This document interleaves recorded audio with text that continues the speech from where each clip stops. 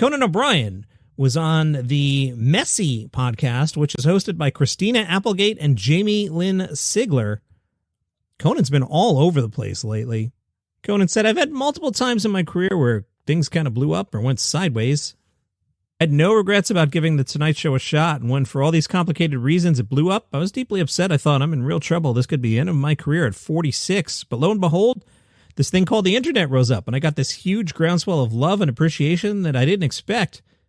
Because you're doing a show like Late Night, day in, day out for 16 years, it's submarine duty. You don't get a chance to understand fully that there's a generation of people out there that have been watching. They're younger than me, and they all knew how to use the internet. So they all got on social media, and it was a big thing. The one thing that saved me is I'm very restless, and I'm willing to change it up. The idea of doing one thing for 35 years in television and getting a gold watch and leaving just sounded awful to me. It still does, although a gold watch would be great. Speaking of watches, I didn't even plan this. I just put a Conan story back-to-back with John Mulaney, but John Mulaney spoke to GQ magazine about watches. I wish I had done that on purpose. I'm not that good. It's a Tuesday off a holiday weekend. I just put some stories with big names at the top. Anyway, we accidentally have a theme. Look at that. GQ recounts the story of Mulaney having to sell his Rolex when he had some drug problems.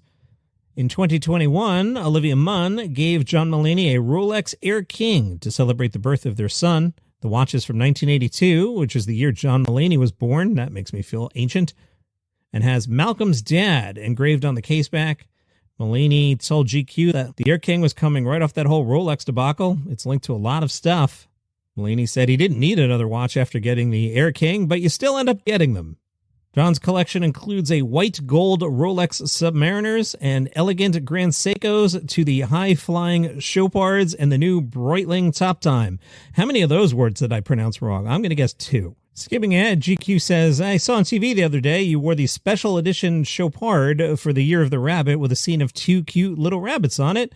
John said 2 cute rabbits on it and a great watch that everyone loved, but it's very hard to tell the time on. 2 gold hands moving over 2 slightly gold rabbits, but it's funny. I always go, it's 7:01 p.m., and that's the one where I had to go, it is, and then look at the studio clock. John talked about having to pick the right watch for performing. He said of one watch, it's nice for most occasions, not distracting when you're doing stand-up. There are watches you might wear where the audience might lose any empathy for you. You don't want to wear a Submariner and be complaining about traffic. Color-wise, I don't wear rose gold, no pink gold. I like to say it's for a better reason, but I'm that shade of pale where it doesn't look good. Anyway, GQ, long piece with John Mulaney and watches. I barely skimmed that one. The LA Times caught up with Dimitri Martin. They talked about how Dimitri incorporates drawings in his stand-up. Martin said, the cool thing about drawing is I could share something personal and I can use a graphic to illustrate it more specifically.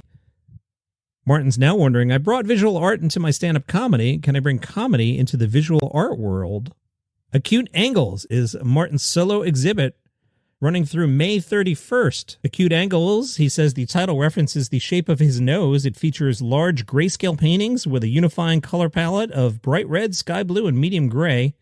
The paintings depict implausible scenarios. What if the Grim Reaper slipped on a banana on his way to kill you? What if Superman ripped his underpants on his quest to save you? Martin has a month-long lease of an abandoned yoga studio tucked behind a California pizza kitchen in Brentwood. The devil's always in the details. Love that whole sentence. You can relate to this. The show also represents Martin's reemergence from his own midlife existential crisis. At 51, he is older than his dad was when his dad died. I just went through that milestone. That's the one you really think about. Dimitri's mom was diagnosed with early onset Alzheimer's.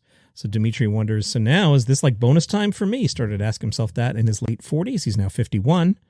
Sarah Silverman was asked about Dimitri. Sarah said he's not without cynicism once you know him, but where comics often lead with cynicism, he has this wide-eyed openness, and I think that's the thread that pulls through all his work.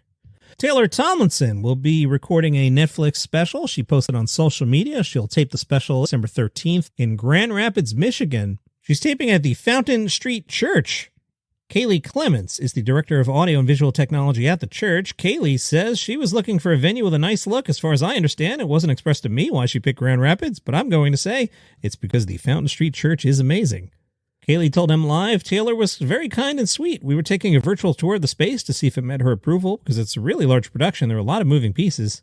We may have a reputation as a conservative town, and this shows again that we allow diverse voices and we're open to all kinds of perspectives.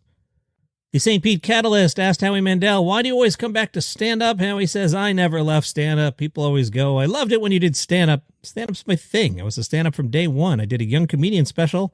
And then, because that's what people did, I went to meet with a sitcom company, and they gave me a sitcom called Say Elsewhere. I didn't set out to be a dramatic actor. While I was doing that, I was doing stand-up. And then I got a Saturday morning cartoon, Bobby's World. I didn't set out to do that. They knew my voice from stand-up, and I continued to do stand-up. I didn't want to be a game show host, but I did Deal or No Deal. And I kept being a stand-up. Now I'm a judge on a talent show, and I'm still a stand-up. And I do a podcast with my daughter, but really, I do stand-up.